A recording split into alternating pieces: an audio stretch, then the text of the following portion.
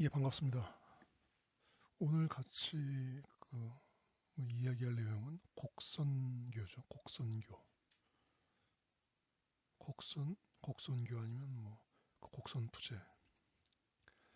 곡선부재는 우리가 많이 쓰는 것은 그 두 가지가 있죠. 첫 번째는 그 그림과 같은 그 곡선교, 즉 평면상에서 커브가 되는 거죠. 하중이 이 평면의 면 외 방향으로 작용하죠. 또 하나는 그 아치죠, 아치. 아치는 하중이 대부분 다 면 내 방향, 곡선 부재와 같은 면에서 작용하죠. 물론 그 아치로 풍화중 같으면 면 외죠. 그래서 아치도 풍화중 같으면 그 근본적으로 그 곡선교와 마찬가지고, 곡선교도 풍화중 같은 거는 아치하고 그 비슷한 그러한 그 상황이 됩니다. 근본적으로 그 현재 우리가 사용하는 그 프로그램 대부분은 그 곡선 부재가 없습니다. 없는 것은 없을 만한 그 이유가 있는 거고, 곡선 부재에 곡선 부재가 포함되어 있는 프로그램들은 대부분 상당히 고가고, 돈을 떠나가지고 그것을 갖다가 이용하는 것도 그렇게 쉽지가 않습니다. 즉, 지금 판매되는 대부분의 프로그램들이 곡선 부재가 없는 것은 곡선 부재를 갖다가 포함시킬 실력이 없는 것이 아니고, 그 곡선 부재의 이론 자체가 상당히 복잡하고, 상당히 복잡해서 그 범용으로 그 누구나 쓸 수 있는 프로그램에 포함시키기가 상당히 힘듭니다. 그리고 3차원으로 완벽하게 그것을 갖다 해석할 수 있는 것이 아직 그렇게 완벽하게 준비가 안 돼 있어요. 그래서 하여튼 각성하고, 우리가 쓰는 곡선 부재는 사실 많이 쓰는 건 딱 그 두 가지입니다.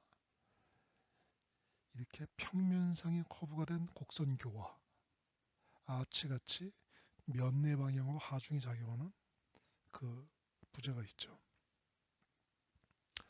먼저 그 곡선교에 대해서 간단히 한번 보죠. 이런 곡선교가 있다고 하죠. 아니, 있다고 하면 여긴 지금 잘 안 보이는데, 이 곡선 반경이 700피트예요. 700피트니까 약 한 200m 정도 되죠. 곡선교에서 R이 200m면 사실 상당히 큰 거죠. 그래서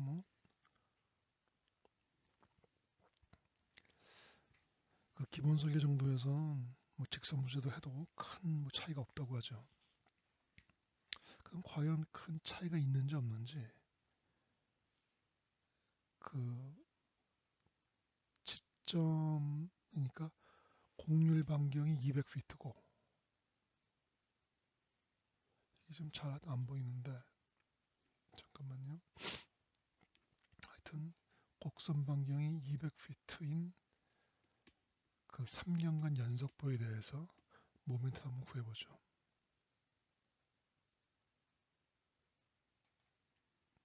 예, 이겁니다. 이게 3년간 연속보에 대해서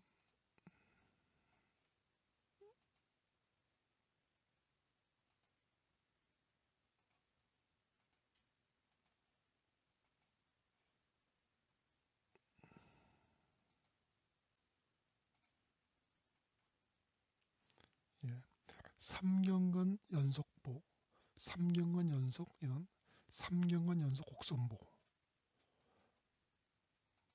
3년간 연속 곡선보에 대해서 1톤메타의 그 단위 하중이 작용할 때 비트 모멘트는 어떻게 되냐? 뭐 상당히 간단하죠. 비트 모멘트가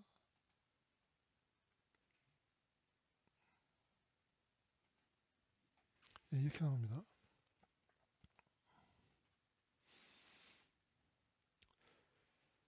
떠보려면 이렇게 보면 되죠. 단부에서 약 한 87.9, 똑같이 양쪽이 대칭이니까 지점부에서 한쪽은 한 마이너스 20, 한쪽은 5 정도 되고, 이렇게 스무스하게 비트 모멘트가 이렇게 되죠. 이렇게 돼서 이렇게 된다. 여기까지 해석에서는 아무 문제가 없어요. 즉 3년간 연속보에 곡률 반경이 700피트인 경우에 단위 하중이 작용할 때 분포 하중이 비트 모멘트는 이렇게 된다. 저것을 갖다가 이제 이렇게 되죠. 저것을 갖다 엑셀로 불러보면은 이제 이렇게 나와요. 이렇게 아까 단부에서 약 88 정도 나왔죠. 88. 여기서는 뭐 5, 20이니까 약 뭐 88. 여기가 지점부니까 20, 여기가 5 정도 이렇게 나왔어요. 이게 3년간 연속보의 그 비틈입니다. 이건 지금 잘못되어 있는 거고, 하여튼 이게 그 비틈 모멘트예요. 그럼 과연 이게 맞냐는 거죠. 소위 말하는 그 컴퓨터를 안 쓴 옛날 그 고전이동 가지고서 구해보면 이 빨간 것이 그 정확한 값이에요. 비틈 값이. 특히나 지점에서는 엄청난 차이가 있죠. 지점에서는 정확한 값이 60에서 80, 약 70, 70이 조금이 넘는데 그 컴퓨터가 주는 값은 한 5 정도. 반대쪽에서도 컴퓨터가 주는 값은 20 정도인데 실제 값은 한 75 정도. 엄청난 차이가 발생해요. 지점부에서.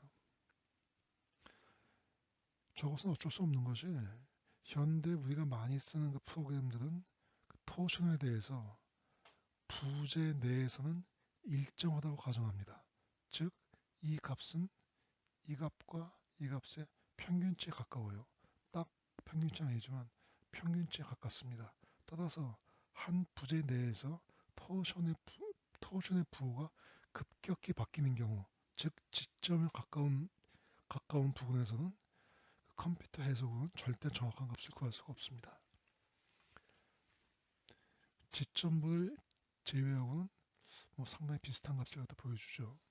근데 최대값은 어차피 그 지점부기 때문에 우리가 비트 모멘트가 필요한 경우는 컴퓨터로 구한 값을 갖다가 반드시 한 번 더 확인하고, 즉 옛날 방식으로 구한 방법과 확인하고, 만약에 이렇게 큰 차이가 발생할 경우에는 그 다른 방법을 생각을 해야 돼요.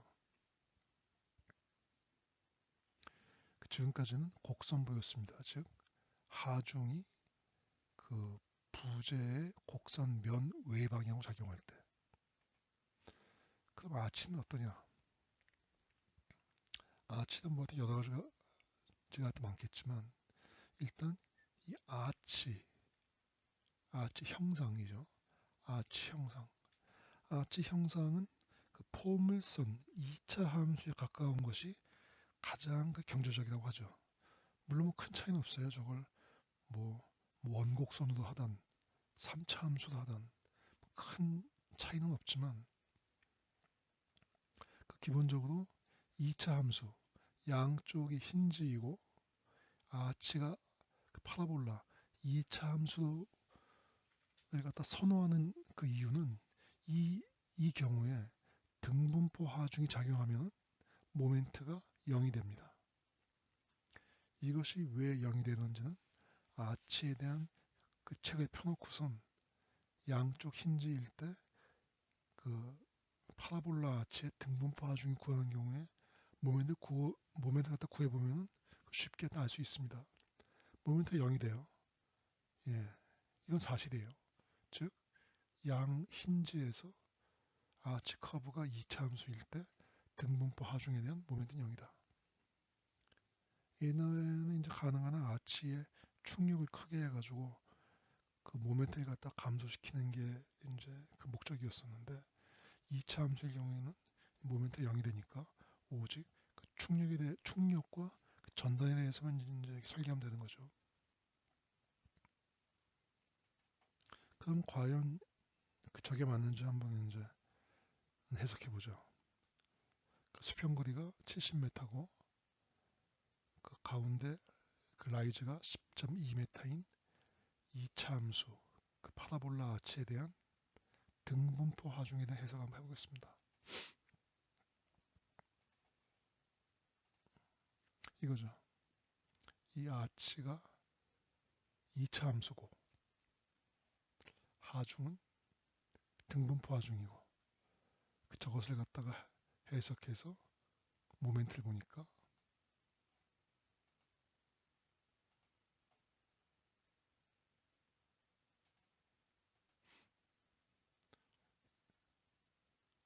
이렇게 나와요.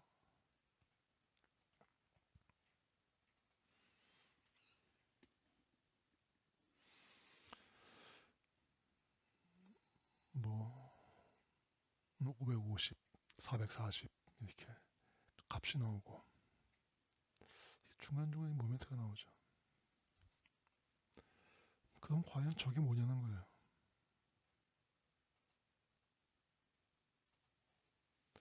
왜 아치의 모멘트는 2차 함수일 때 0인데 왜 저런 모멘트가 나오냐. 이런 분포 하중이 작용할 때 이런 모멘트가 왜 나오냐. 프로그램이 틀린 거냐. 이제 이렇게 얘기가 되죠. 사실은 둘 다 맞는 거죠. 이 경우의 문제점은 각 절점 좌표는 2차 함수로 구했지만 이 각각의 부재들은 곡선 부재, 즉 2차 함수 부재가 아니고 이것을 직선으로 연결한 겁니다.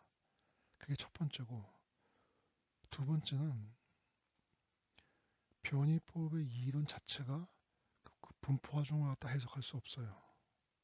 분포 하중을 갖다가 절점 하중으로 바꿔줍니다. 즉 부재 내에 작용하는 분포 하중을 절점에 작용하는 절점 하중으로 바꿔주고 해석은 절점 하중에 대해서 수행합니다. 그 분포 하중을 절점 하중으로 바꿔주는 것이 직선 부재에 대한 것만 있고 그 프로그램 내에 곡선 부재나 2차 함수 부재에 대한 것이 없습니다. 따라서 이 절점과 절점 사이의 부재에 작용하는 분포 하중을 갖다가 직선 부재에 대한 공식을 사용해서 양쪽 절점 하중으로 바꿔준 거예요. 따라서 이러한 오차가 상당히 큽니다. 그럼 이 경우에 어떻게 해야 하냐? 뭐 가장 쉽게 생각하는 것은 곡선 부재가 있는 그 비싼 프로그램을 사면 되죠. 근데 그건 값도 상당히 비싸고 누구나 함부로 이렇게 쓸 수 있게 그 사용하기 편한 것도 아니에요. 상당히 복잡해요. 그런 방법이 뭐냐? 그 매트릭스 교재 책 같은 걸 갖다가 찾아보시면은 곡선 부재에 대해서 분포 하중을 절점 하중으로 바꿔주는 그 간단한 계산 방법들이 많이 나와 있습니다. 따라서 곡선 부재의 경우에는 복잡하긴 하지만 그 엑셀 같은 걸로 부재 내에 작용하는 분포 하중을 절점 하중으로 바꿔주고 다음에 해석은 절점 하중에 대해서만 해도 비록 양 절점 사이는 직선이지만 이것보다는 훨씬 더 실제에 가까운, 즉 0에 가까운 모멘트가 발생합니다. 그것은 지금 그 데이터를 갖다 못 찾아서 제가 보여드릴 수는 없고 여러분들이 한번 직접 해보시기 바랍니다. 감사합니다.